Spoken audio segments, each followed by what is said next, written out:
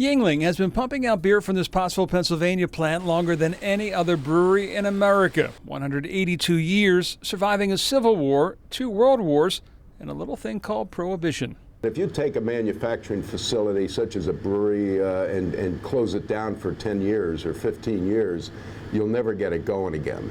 So Dick Yuengling's grandfather, himself by then the 3rd generation to run the family-owned brewery, built a dairy across the street making and selling ice cream, while at the brewery itself, he switched over and started to make near beer, which is beer with less than 0.5% alcohol. A few people realize they also continued to brew some of the real stuff too. You were allowed to make a certain amount of regular beer. It was sold through pharmacies, and you had to have a doctor's prescription to get a case of beer or porter. When Prohibition ended in 1933, Yuengling sent a truckload of beer to President Franklin Roosevelt at the White House as a gesture of thanks.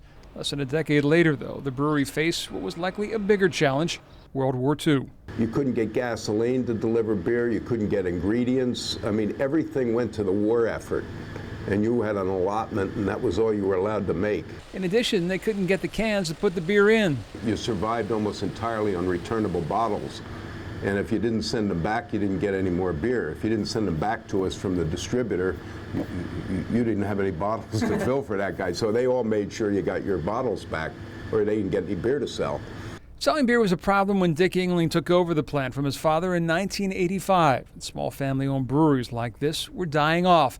Dick looked to capitalize on the demand for craft brews by bringing back the company's lager brand, and the rest is history.